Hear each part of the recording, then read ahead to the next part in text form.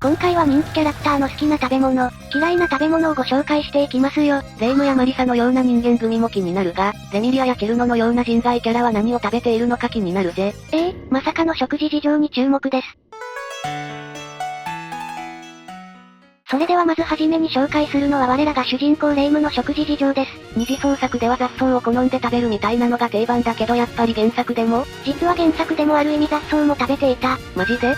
原作でも雑草食べてるの？レイムは幻想郷と外の世界を隔離する白霊大結界の管理及び時折に発生する異変の解決を生業とする白霊神社の巫女さん。白霊レイムは巫女ではありますが、人間退治を専業としていて、可愛らしい見た目とは裏腹に非常にパワフルなキャラクター。数々の異変を解決し、危険な妖怪とも渡り合えるという人間にもかかわらずとんでもない力の持ち主。その絶対的な力から力の強いものを好む妖怪たちに気に入られて、神社では妖怪が溢れ返っているため、参拝客がめったに来ないという設定がありますね。もう特級呪術師として転職した方が良でしょう。レイムはボンビーガールなイメージがありますが、別にボンビーなわけではないのです。そうなの？設定上、強い妖怪に好かれ、いびり立っていることが多いので参拝客が来なくなるという設定から貧乏なイメージがつきましたが、実際はなんとかやりくりしてそれなりに稼いでいる。そのため、豪華とは言えないけど一般的な食事をしていますね。そんなレイムは基本的に好き嫌いがなく何でも食べれますよ。後で紹介するレミリアが苦手なものも食べていて、10代とはいえ大人の口をしています。そのため、レイムは10代前半。ながらお酒がめちゃくちゃ大好き。東方降臨道ではうんちくを披露するほどで、東方茨河線では早苗にお酒を強要するというパワハラ上司のようなこともするほど。10代少女なのにやってることおじさんやないか。また永遠亭の料理を食べた時は非常に満足して食べているシーンも見られます。前回の飯うま組織ランキングで分かったが永遠亭はエイリンとうどん家が作っているようだな。和食はよく作っているし、巫女さんらしく和食好きって感じなんだね。他には和菓子もかなり好きなようで、たびたび食べているシーンがあります。ちなみに暇な時は布団に寝転んで本を読みながらせんべいをかじっている。ダメがあるやな。可愛すぎですわ。あとお茶もめちゃくちゃ好きで、何もない時は掃除のふりをしてお茶をするというのを繰り返しています。それはレイムの料理事情も気になりますね。実は買い出しなど、人間の里に顔を出すことも多いとのこと。なので基本的に食料は人里で買っているようです。また、公式漫画の東方茨河線では山菜を取って料理にしたり、マリサとオーバーオールに着替えて、タケノコを掘りに行ったりと結構自給自足も頑張っているようです。へえ、その年で自給自足なんてするなんてすごいな。ということはレイムは料理もできたりするの？例えば東方3月生ではレイムがタラの芽を収穫してきたのですが、マリサにも料理をご馳走してあげていて料理もできることがわかります。東方水郷かなんかでは朝ごはんを作ってあげたりしているので料理は全然できますよ。なるほど、原作では雑草でもあるタンポポとか山菜採りをして、それを食べているのね。山菜料理をよく食べているってことはかなり健康そうな食事をしているんだな。だからあんなに素敵な美は気になるんでしょうね。なんでそこを持ってくるの？ただ買い出しの道中、妖怪の姿を見ると必ず懲らしめていくようで、この辺は普通の人間とは異なるとのこと。もはや妖怪でしょ。続いて霧雨マリサの食事事情をご紹介しましょう。霧雨マリサは言わずと知れた東方プロジェクトの主人公で可愛い見た目とは裏腹にボーイッシュな女の子。見た目としては魔女っ子で身長は成長期の10代前半の少女たちとしては、やや低いグループって感じだな。ウェーブがかかった金髪に、片側だけ垂らした三つ編みが基本。この片方三つ編みが可愛いんだよ。服装は白いリボンのついた黒い三角帽子に、白ブラウス黒系の服、白いエプロンが基本で、黒と白が中心のカラーリングからゲーム中の相手からは黒いの黒い間など、黒を強調されて呼ばれるぜ。もう一人の主人公白霊レイムの紅白巫女と呼ばれる赤と白の色合いとは対照的になっているな。マリサはキノコ好きってイメージだけど、魔法を作る時に何度も見ているから嫌いになってるとかありそう。それが実はキノコは原作でも好きなようです。漫画、東方地霊記伝では永遠亭で料理を食べるのですが、具材はキノコの絹笠竹を使っていると言い当て美味しそうに食しています。おお、原作でもキノコを食してるんだ。でもよくよく考えたらマリサはこう見えて東方高魔教では食派と言っていたし、日本のキノコ料理は好きなんだろうな。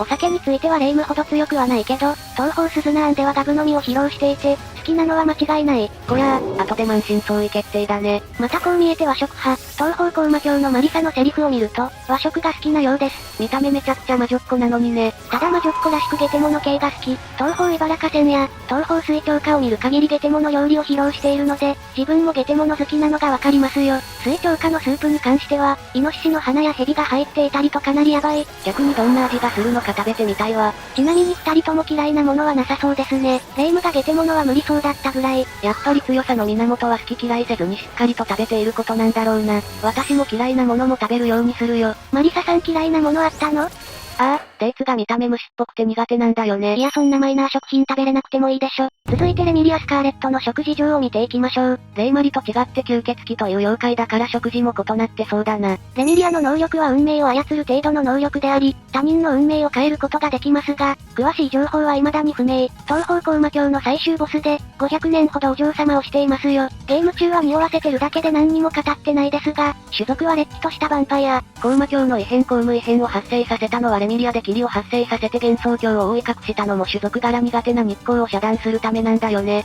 すでに500年以上生きているのに、性格はわがままな幼い少女というギャップあるところがお嬢様の魅力ですね。そんなレミリアというと皆さん、どんな食べ物を食べているイメージですか？そりゃあ吸血鬼だから血はもちろんだけど、他は西洋妖怪なんだからおしゃれなパスタとかケーキとかでしょ。それがまさかの和食派だった。いや西洋妖怪とは一体。もちろん吸血鬼なので人間の血を飲んでいます。血は B 型のものが好物。B 型の方は今すぐにレミリアお嬢様に差し上げましょう。ただ彼女は小食らしく血液はあまり多く摂取しないので致死量には届かないとのこと。本来血を吸われた人間はゾンビとなって日光に当たると消滅するらしいぜ。幻想郷では人間を襲っていくと幻想郷全体の妖怪の食料がなくなるために、幻想郷で暴れない代わりに悪もゆかりから食料を提供されているらしい。その取引怖すぎやろ。また吸血行為とは別で、人間と同じものを食べるし酒もたしなみます。アルコール類はワインを飲むイメージですが、日本酒や焼酎なども好んで飲んでいますよ。日本酒はいけるのに苦味のあるものはダメなのね。東方文化庁ではなんと鬼が苦手とされる節分の日に食べる恵方巻きを食しています。いやどういうことなんだよ。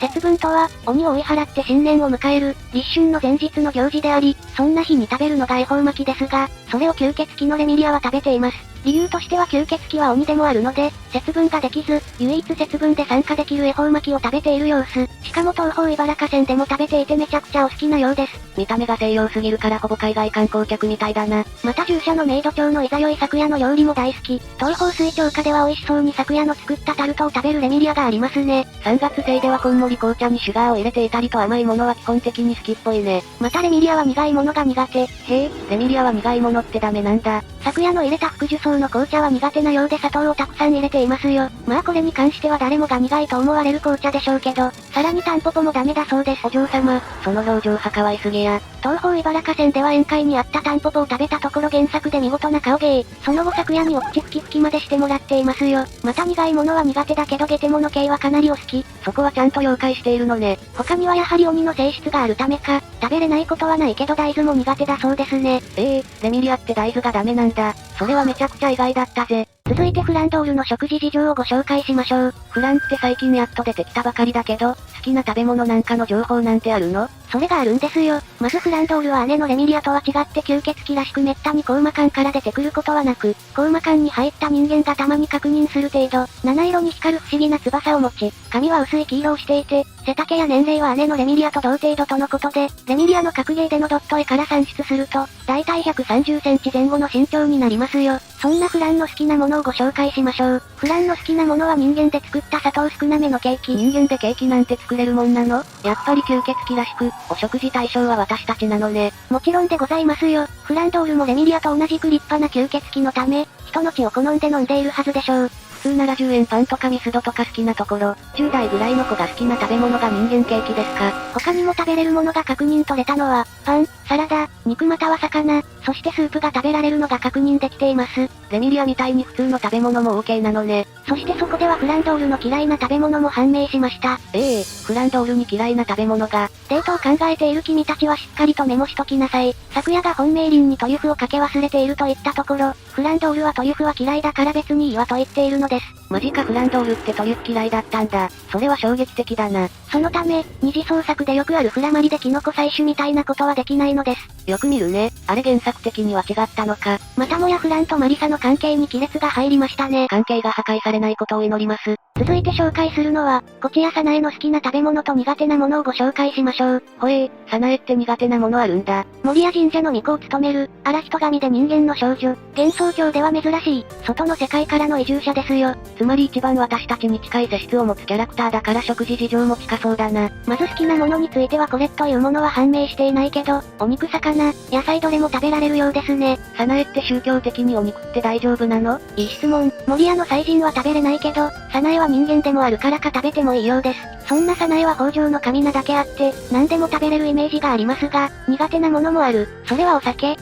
なんか意外だな。飲めなくはないようですが、そこまでお酒は得意ではない様子。ああ、外の世界の子供だから当たり前か。早苗がお酒があまり好んでいないのがわかるのが東方茨河線。ここでは霊夢に強引に酒を勧められて、嫌だという早苗が見れます。またかな子様にもお酒を飲もうと言われた時もあんまり嬉しそうではない。また飲酒後は酔っ払っているのが確認でき、お酒に強くないことがわかりますね。霊夢たちが異常すぎるだけで、それが普通だもんね。このようにお酒は人付き合い程度にしか飲まないようですね。場合によっては断ることもある。清楚感ある早苗にはお酒をあまり飲まないのは確かに似合ってるね。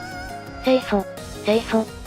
そこまでないかもしれん。そして森屋一家の食事はおそらく従者のこちや早苗が作っていると思われますね。東方地霊記伝のおまけコーナーでは早苗がガッツポーズをして夕飯できましたよ、と言っているので、早苗が用意しているようです。そういえば早苗の料理って見たことがないから気になる。早苗は天然だから飯まず属性か激うま属性な感じがあるけどどっちなんだろう。森屋一家のかな子様と諏訪子様は食べ慣れているので、反応がわかりません。が、同じ住人の諏訪子に乗り移った水地さんによればかなり美味しいようです。水地は誰かに取り付けるんだよね。それがきっかけで二次創作でヤバい人気を博しているんだが気になる方は後でこちらの性別詐欺キャラ集を見るといいぜ。まずは森屋一家の晩飯を覗いてみましょう。森屋家のお料理がこちらです。めちゃくちゃ美味しそう。結局こういう綺麗な和食がうまいんだよな。さあ、水地が森屋一家の食事を食べた反応がこちら。おいおい泣くほど感動してるじゃん。泣いている理由は前の食事で甘いパフェを食べ過ぎたからです。ちゃんと食べきってるところ律儀だね。ただご飯を食べたところ、ちゃんと美味しいようです。見たところ彩りもいい感じだし薄味とかもないようだな。早苗が飯うま属性でほっとしたよ。さらに東方茨河線でも森屋一家の食事が見られるのです。それがこちら。パッと見た感じ質素だけどめちゃくちゃ美味しそうだ。綺麗な和食って感じの料理ですよね。野菜の煮物に野菜の天ぷらといった内容で質素ながら美味しそうですよ。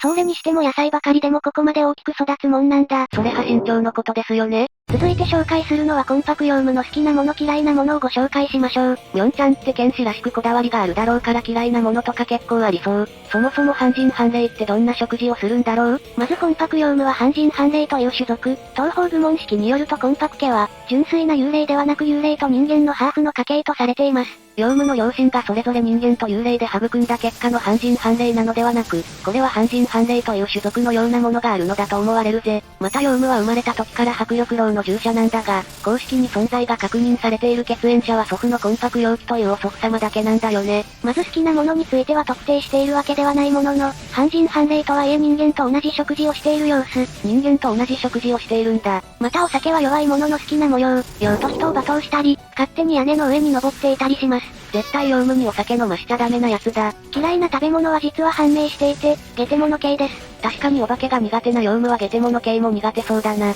東方茨河線でヨウムがビビっている中でレミリアは喜んでいます。やっぱりレミリアは見た目がおっかないチパカブラとかペットにしているところ、妖怪らしい感覚を持っているようだな。またお嬢様のところで住んでいることもあってか、貧乏飯も苦手らしく、シオンと天使が用意した貧乏飯を苦手そうにしていました。これに関してはみんな無理だとは思うけどね。ちなみに二次創作では桜餅が好きというのが定番らしいですが、原作ではそんな描写はないのでご注意を。そんなヨウムはめちゃくちゃ料理ができるんですよ。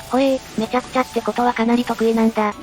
それが一番よくわかるのが東方文化新報の一記事。この記事は記者の社名丸綾がグルメ家だったゆゆ子に取材しに来た時にグルメレポートをしてもらいました。そのレポートする料理は他でもない従者のヨウム。ヨウムの料理があまりにも美味しいのか、グルメ家のゆゆ子はヨウムに料理もたまに作らせているらしい。書籍では肉丼を作らせていたのですが、ほかほかのご飯とお肉にわさびがアクセントになっていて、食べ飽きない感じとのこと。人間的な料理もできるってことは舌も人間と同じっぽいね。グルメ家のゆゆ子でもとても美味しかったらしく、すぐに食べきってしまったようです。これも人気投票ランキングに繋がった一つの理由だろうな。また東方暴月賞ではゆゆ子様のためにお月見団子を作っていたりと和菓子といったデザート類も作ることが可能なようですね。ヨウムが和菓子も作れるなんて知らなかったぜ。昨夜の設定ではナイフさばきが上手なので料理が得意とされているので、ヨウムも刃物類をよく触っているから自然と料理も得意なのでしょう。ラストに紹介するのは、チルノです。そういえばチルノって何食べてるの？スイカバーのイメージしか思いつかないぜ。これ結構謎なところですよね。雪んこということで、雪でも食べているイメージですが、普通の食事もしますよ。宴会に参加して霊夢たちと同じものを食べている。また味覚も人間に近いらしく東方茨河線では天使が作った最初の貧乏飯はまずかったらしい。ゲテモノ好きのマリサも倒れるほどだから相当まずいらしいけどな。その次の宴会では河川のアシストもあって飯が美味しくなったらしいのですが、一番初めに食べたチルノは美味しいと言い当てているところ人間の舌と同じレベルなのがわかりますよ。スイカバー以外に食べれたんだ。逆になぜスイカバーしか食べれないのか。ただ、やはりゆきんこらしくかき氷はかなり好きなようですね。冬にでもかき氷を屋台で販売しているほどなので、私たちの米みたく、試食の可能性はあります。冬にかき氷派誰も食べに来ないでしょ。そういえば、チルノのスイカバーはどこから来たの？このネタは2000年代にはすでに存在し、少なくとも2007年にはチルノとスイカバーのイラストが確認されています。浸透した背景として、彼女が霊気を操る程度の能力や氷の妖精などの二つ名を持っていて、夏を飾るキャラクター性からでしょう。なるほど、二次創作のネタが浸透していったということか。それにしても幻想郷のキャラの食事事情が面白いものだったぜ。やはり環境的にみんなは食好きだったりと、面白い情報ばかりでしたね。視聴者さんの気になるキャラの食事事情があれば教えてくれよな。また性別詐欺な歴代の超かっこいいボーイッシュキャラも紹介しているので見に行ってみてくださいね。それではここまでご視聴ありがとうございました。